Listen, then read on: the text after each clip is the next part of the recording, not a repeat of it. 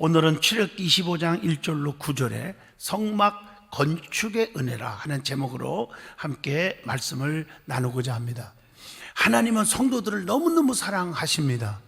그래서 하나님이 누구냐고 물어보면 제일 먼저 대답이 하나님은 사랑이십니다 라고 말합니다.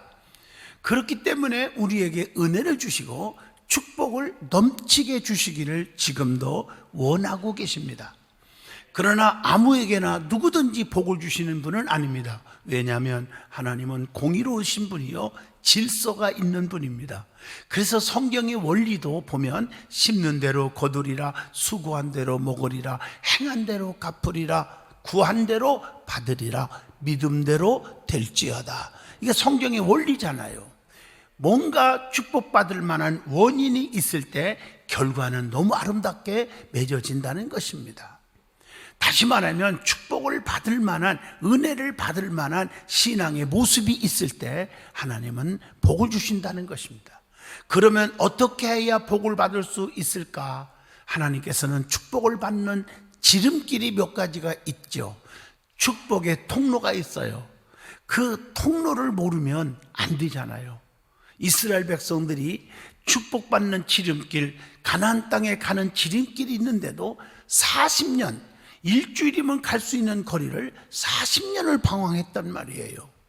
우리는 이걸 아실 때 여러분들이 헤매지 마시고 지름길을 딱 찾아서 여러분 은혜와 기적과 축복 속에 사는 성도들이 되시기를 축복합니다. 그 길이 첫째가 말씀을 통해서 축복을 줍니다. 신명기 28장 1절로 6절 보면 말씀대로 살고 순종하는 자에게는 이 모든 복이 내게 임한다 이랬어요. 6절에도 들어와도 복을 받고 나가도 복을 얻게 하실 것이라 이렇게 약속했어요.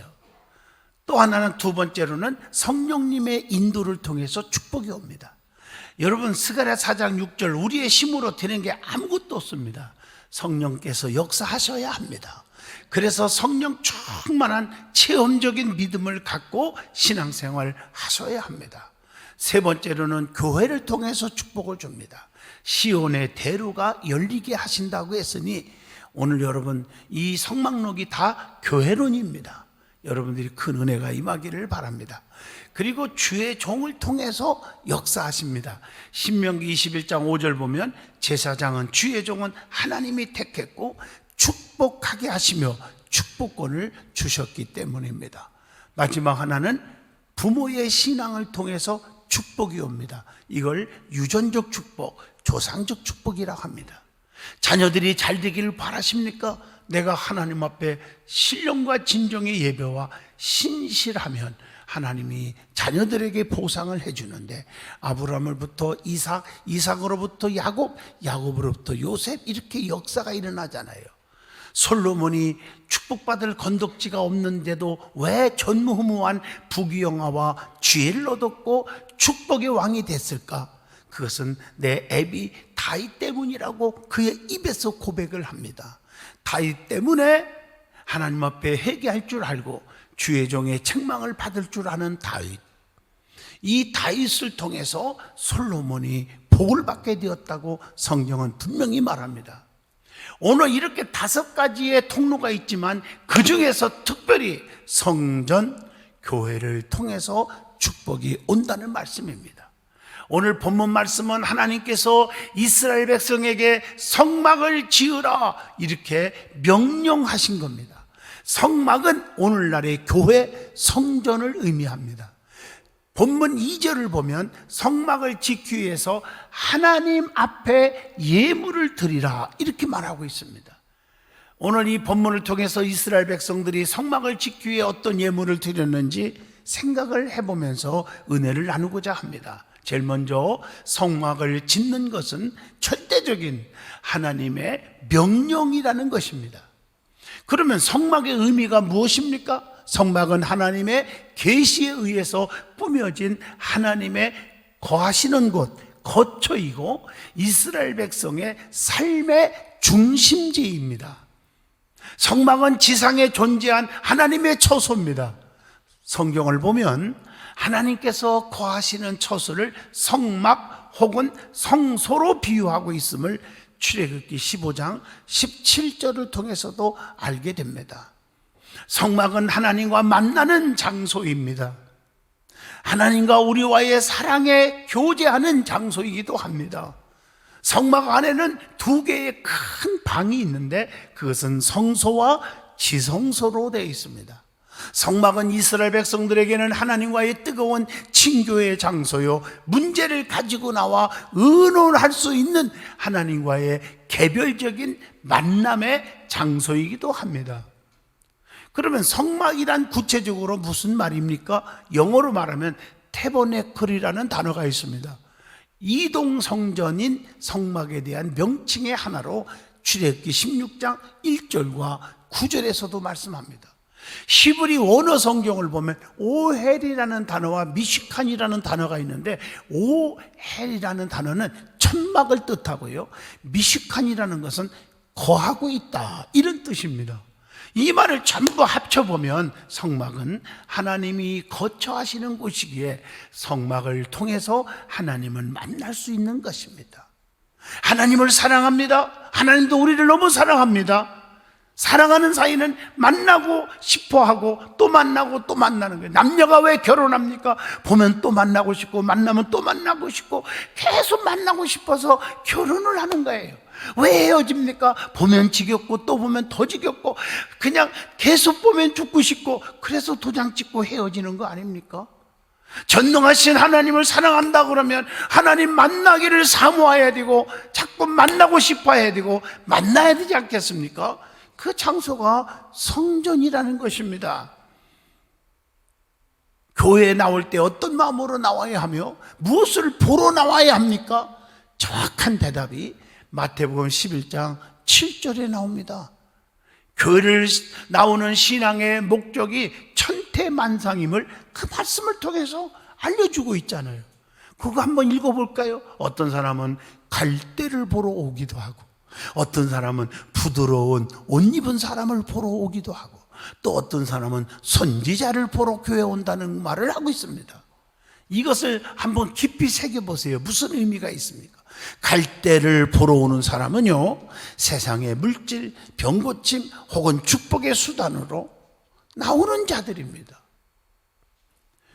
그래서 바람에 흔들리는 갈대처럼 무가치한 것에 애착을 가진 사람을 말하고 있습니다. 그리고 부드러운 옷 입은 사람을 보러 오는 사람은 누굽니까? 자신의 영광과 출세와 명예를 목적으로 나오는 사람들이 있습니다. 또 선지자를 보러 교회 나오는 사람이 있다겠죠? 그래도 앞에서 말한 두 가지 보사는 좀 낫죠? 그렇잖아요? 그러나 분명히 아셔야 됩니다. 정확히 말하면 잘못됐죠. 선지자를 따라서 우 몰려다니고 우 따라다니고 정말 잘못된 것입니다. 우리는 예수 그리스도를 만나러 교회에 나와야 됩니다. 시브리서 12장 2절에 믿음의 주요 또 온전케 하신 이인 예수를 바라보자 그랬습니다. 겉모습만 보고 애용적인 프로그램이 어쩌고 사람이 얼마나 많이 모여들고 거기 가면 내가 이득이 있을 것 같고 사람을 사귈 수 있고, 여러분 그거 버리셔야 됩니다. 겉보고 교회를 평가해서도 안 되고 가서도 안 됩니다. 하나님은 성도를 어떻게 만나 주십니까? 성전에서 드려지는 예배를 통해서 만나 주십니다. 예배는 요소가 있어요. 말씀, 기도, 찬양, 예물 4대 요소입니다. 각 순서마다 온 정성을 다해서 신령과 진정으로 드려질 때 하나님께서 그 마음에 임재하심으로 만나 주시는 것입니다. 요한복음 4장 24절 하나님은 영이시니 예배하는 자가 영과 진리로 예배해야 할지니라. 그러면 하나님께서 성막을 지라고 그랬는데, 건축하라고 그랬는데 성막을 어떻게 지어야 합니까? 시내산에 오른 모세에게 하나님께서 성막 건축이라고 하는 거룩한 사역을 주셨어요. 이런 사건을 통해서 우리는 하나님이 맡겨주시는 일들을 어떻게 해야 하는지를 깨닫게 하고 배우게 해주는 겁니다. 성도들의 대부분이 하나님의 일과 사람의 일을 혼돈하는 경우가 너무 많아요. 개인의 일을 하나님의 일이라는 미명하에 행하기도 하며, 하나님의 일을 개인의 일처럼 인간의 노력과 또 인간의 고집, 수단, 방법, 이론 가지고 해결하려고 하는 사람들이 너무나 많습니다. 이것은 대단히 잘못된 것입니다. 우리는 하나님의 뜻과 하나님의 말씀을 분명하고 정확하게 이해하여야 합니다. 하나님의 말씀에 어떤 자세를 가지고 임해야 할까요? 첫째, 본문 2절에 나오지요. 즐겁게 자원하는 마음으로 하라고 했습니다. 주의 일은 억지로 해서는 안 됩니다. 고린도후서 8장 11절로 12절입니다. 베드로전서 5장 2절로 3절, 즐거운 기쁜 마음으로 하나님의 즐거운 뜻으로 하라고 했습니다. 그럴 때 베드로전서 5장 4절에 영광의 면류관을 주신다고 약속하고 있는 것입니다. 우리는 하나님의 일을 함에 있어서 내가 여기 있나이다, 나를 보내주시옵소서, 이사야 선지자의 고백을 우리의 고백으로 삼아서 사명의식, 소명의식을 가지고 열심으로 일을 해야 합니다. 그리고 고린도후서 9장 8절로 9절에 보면 넘치게 하라, 그런 말씀이 나와요. 두 번째로 오늘 본문 8절입니다. 하나님을 위해 행하여야 한다 그랬습니다. 성막 건축은 오직 하나님께 영광을 돌리기 위한 것입니다. 이를 통해서 하나님께서 영광을 받으시기를 원하시고 계십니다. 모든 과정과 되어지는 일들이 사람에게 과시하기 위한 것이 아닌 온전히 하나님만을 위한 것이 되어야 합니다.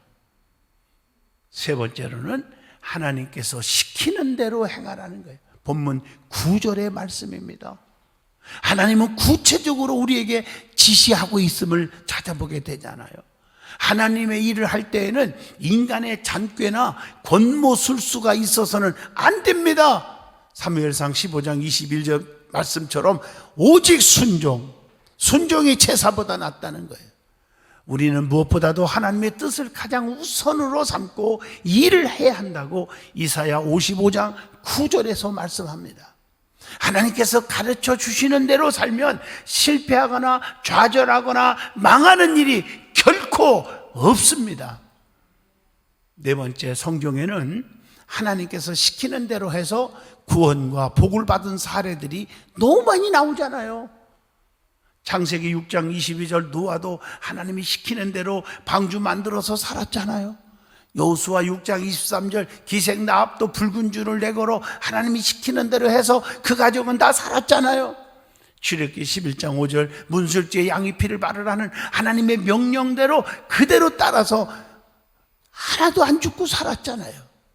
요한복음 2장 5절에 가나의 혼인잔치집에서 주님이 시키는 대로 순종했을 때 물이 변하여 포도주가 되는 기적이 일어났지 않습니까? 요한복음 6장 1절로 15절에 한 아이가 드린 버릇도 5덩어리와 물고기 2마리 가지고 우리 예수님께서 축사하시고 띄워줘라 할 때 시키는 대로 순종했을 때 5,000명 이상 먹이고도 12강주리가 남았다는 것입니다. 우리는 하나님이 시키는 대로 하시면 됩니다. 인간의 방법과 수단, 지식, 경험 가지고 꼼수 부리지 않기를 축복합니다. 그러면 이 성막 재료를 통해서 우리에게 주시는 영적인 깊은 의미가 있습니다. 성막의 재료는 백성들이 드린 예물입니다. 그런데 즐거운 마음으로 내는 자의 예물을 사용하라, 이렇게 말씀하셨어요. 여러분, 즐거움이 없고 억지로 그냥 짜증내면서, 다시 말하면 신앙생활하면서 불평하고 원망하면서 드려지는 그 모든 예물과 헌신은 하나님이 사용하지 않는다는 것입니다. 이스라엘 자손 중에 즐거운 마음으로 내는 자의 예물을 받아서 그들을 씻겨 하나님을 위하여 성소를 짓되 하나님께서 명하신 대로 지으라고 말씀을 주고 있습니다. 이스라엘 백성들이 드려진 예물의 출처를 한번 생각해 보면 은혜가 됩니다. 하나님은 이미 그들에게 바칠 수 있을 만한 재물들을 주셨다는 것입니다. 출애굽기 12장 36절 보면 이스라엘 백성들이 출애굽할 때 애굽인들로부터 허다한 재물을 구하게 하셨어요. 그러나 그 당시 그들은 그 많은 재물을 자기들의 것으로 착각하고 여겼죠. 장차 성막을 건축하기 위한 하나님의 계획을 깨닫지 못했던 것입니다. 지금도 하나님께서는 성도들의 예물을 받으시고 그 예물로 건축된 성전에서 우리를 만나 주십니다. 중요한 것은 그렇기 때문에 예물을 드릴 때는 자원하는 마음, 즐거운 마음으로 드려져야 할 줄로 믿습니다. 우리가 소유한 모든 재물은 하나님께로부터 온 것임을 깨달아야 합니다. 주의 일을 이루기 위해서 잠시 위탁하신 것이라는 청지기적 의식을 늘 가지고 살아야 합니다. 왜 나에게 건강을 주셨을까? 왜 나에게 물질을 주셨을까? 이때를 위함이라. 하나님이 이미 이런 계획 속에서 우리를 사용하시는 거예요. 우리의 가진 물질을, 우리의 건강을 여러분 사용하시는 거예요. 그러면 예물의 종류와 그 쓰임에 대해서 한번 살펴보겠습니다. 예물은 성막의 재료로 쓰여졌습니다. 예물로 드려진 성막의 재료는 크게 5가지로 구분되어 있죠. 하나는 귀금속으로 금, 은, 놋입니다. 금은 아카시아 나무, 즉 조각목으로 만든 법궤를 싸고 법궤의 뚜껑인 속죄소를 만들었고요. 그 외에 법궤의 장식물들을 만드는데 금으로 쓰여졌습니다. 출애굽기 25장 10절에서 40절까지 말씀입니다. 또 은으로는 성막을 위하여 만들어 세운 널판 아래 둘 받침을 만드는 데 쓰여졌음을 출애굽기 26장 15절로 25절까지 기록되어 있습니다. 성막의 뜰을 만들기 위해서 치는 세모포장의 기둥과 가름대를 만드는 데 사용되었음을 출애굽기 27장 9절로 11절에도 나옵니다. 그 다음에 놋이 있어요. 놋. 출애굽기 26장 11절에 보면 성막과 성막을 이렇게 연결하여 한 막이 되게 하는 고리를 만드는데 놋을 사용했어요. 성막의 뜰을 만들기 위하여 치는 세마포장의 기둥을 받치는 받침대를 만드는 데도 쓰여졌음을 알 수가 있습니다. 그 외에 성막에서 쓰이는 모든 기구와 그 말뚝과 뜰의 포장 말뚝을 다 놋으로 만들어졌어요. 그 다음에 유색 면사의 종류가 있어요. 청색, 자색, 홍색실, 가는 배실 이렇게 나와요, 성경에. 출애굽기 26장 1절에 보면 성막을 수놓을 때 사용했다고 했어요. 성막을 좀 아름답게 수를 놓았는데 성막 문을 위한 장을 수놓는 데 쓰여졌음을 출애굽기 26장 36절에 기록해 있습니다. 뜰 문을 위하여 만드는 장을 수놓는 데도 출애굽기 27장 16절에도 만들어져 있고요. 또 제사장의 복장에 사용되기도 했어요. 출애굽기 28장에 보면. 또 피형류가 나오는데 피형류로서는 염소털과 물들인 순양의 가죽과 해달의 가죽이 있다고 말하고 있거든요. 이것들은 성막을 덮는 막을 만드는 데 쓰여졌음을 출애굽기 26장 7절에 나옵니다. 기름과 또한 향유류가 있는데 곧 등료와 관우에 드는 향품과 분향할 향을 만드는 향품인데 이것들을 성막에 끊이지 않고 불을 켜놓으라고 하는 하나님의 명을 받드는 데 쓰여졌음을 출애굽기 27장 20절에 나옵니다. 그래서 그 불이 꺼지면 안 돼. 영적으로 은혜의 불, 성령의 불, 믿음의 불이 꺼져서는 안 된다는 거예요. 그래서 레위기 6장 12절로 13절에 보면 제단의 불을 항상 피워 꺼지지 않게 할지니라. 제사장은 아침마다 나무를 태우고 번제불을 그 위에 벌려놓고 화목제의 기름을 사를찌며 불은 끊임없이 피워 꺼지지 않게 하라. 여러분, 은혜 떨어지면 볼품이 없습니다. 왜 성도들이 귀합니까? 은혜가 있어서 귀한 겁니다. 은혜 떨어지면 진짜 볼품 없습니다. 그 다음에 보석류인 호마노는 히브리어로 보면 쇼함, 영어로는 오닉스라는 단어가 있는데요. 보세요. 대제사장의 예봇의 2개, 그리고 흉패의 4째 줄에 단 보석으로서 제사장의 복장을 만드는데 사용했음을 출애굽기 28장 20절에 기록되어 있습니다. 이러한 모든 예물들은 백성들의 축복을 위한 성막 건축에 쓰여진 것입니다. 자, 그러면 성막 예물의 영적인 의미를 우리에게 주고 있어요. 그게 더 중요하잖아요. 하나님께 드려지는 예물은 깊은 의미와 정성이 담겨져 있는 거예요. 여러분, 동방박사 3사람이 아기 예수님께 경배하러 갈 때 황금, 유황, 모략 드렸잖아요. 거기에 의미가 있잖아. 황금, 유황, 모략이 뭐예요? 믿음, 기도, 슬픔을 의미하잖아요. 왕 또는 제사장, 선지자, 이걸 의미하는 해석도 있잖아요. 황금, 유황, 모략의 그 제물 속에, 그 예물 속에 이런 의미가 영적으로 주어지지 않았습니까? 성막도 마찬가지요. 오실 예수 그리스도를 예표하는 것인 만큼 성막에 사용된 예물들, 다시 말하면 예수 그리스도와 관련하여 영적으로 생각하지 않을 수가 없는 거예요. 출애굽기 25장 3절로 7절이나 출애굽기 35장 4절로 9절을 참고하시고요. 성막의 다양한 재료들이 성막 건축에 사용되었음을 자세하게 기록되어 있습니다. 그렇다면 성막에 사용되는 예물들은 어떤 영적인 깊은 의미를 줄까요? 자, 보세요. 금, 은이 나오지요. 그것은 믿음을 얘기합니다. 베드로전서 1장 7절. 성막을 짓는데 가장 중요한 것은 믿음입니다. 성경에는 믿음을 많이 강조하고 있지요. 히브리서 11장 6절, 믿음이 없이는 하나님을 기쁘시게 하지 못하나니 그랬단 말이에요.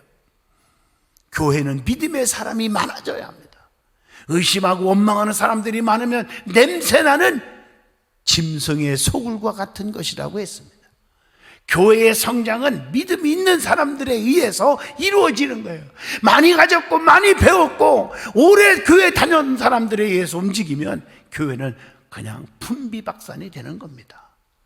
교회의 성장은 믿음 있는 사람들에 의해서 이루어져야 합니다.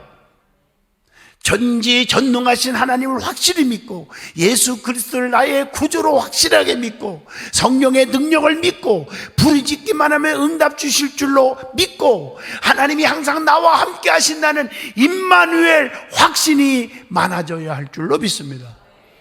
그러므로 믿음이 자라려면 말씀을 부지런히 읽고 들어야 하고, 말씀을 받을 때 교만하지 말고 겸손하게 아멘 하고 그 말씀대로 순종하고 성령의 능력을 체험하고 기도를 열심히 하셔야 합니다. 여러분, 그 다음에 금의 특징은 첫째 믿음이고 두 번째 변하지 않는 것을 의미합니다. 하나님의 법궤 안에 들어있는 만나 넣은 항아리도 뭐로? 금 항아리였습니다. 이게 무슨 뜻입니까? 너희들이 배고파 굶어 죽게 생겼을 때 내가 하늘에서 만나와 메추라기 먹을 것을 주지 않았느냐? 그 은혜를 절대로 잊지 말라는 것입니다. 내가 나딘 것은 하나님의 은혜입니다. 은혜를 잊지 않고 저버리지 않으면 시온의 대로가 열리리라고 그랬습니다. 그 다음에 이제 그 문 다음에 뭐가 있어요?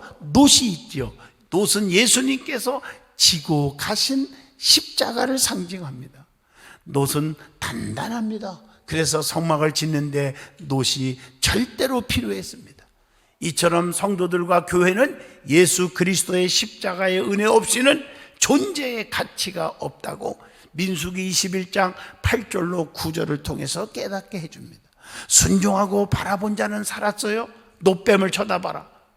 불순종한 자는 불뱀에 물려가지고 독이 올라갔고 다 비참하게 고통받다가 죽어버렸어요. 이 말씀을 예수님이 주셨지요. 요한복음 3장 14절 15절. 모세가 광야에서 뱀을 든 것 같이 인자도 들려야 하느니 이는 그를 믿는 자마다 영생을 얻게 하려 하심이니라. 이렇게 말하고 있어요. 다시 말하면 믿음으로 십자가를 튼튼히 붙잡고 나아가는 사람은 절대로 망하지 않습니다. 십자가를 생각하면 현재의 어려움은 아무것도 아니잖아요. 환난 핍박 참을 수 있잖아요. 그 다음에 청색실이 나와요. 생명을 주시는 그리스도를 의미합니다. 예수님께서는 친히 자신을 요한복음 11장 25절에 생명이라고 말하고 있어요. 그 다음에 자색실이 나와요. 만왕의 왕 그리스도를 의미합니다. 사사기 8장 26절에 보면 자색 옷은 통치자, 왕, 감독, 방백들이 입었던 옷입니다. 그리고 홍색실이 나오는데 피 흘려 돌아가신 예수 그리스도를 의미합니다.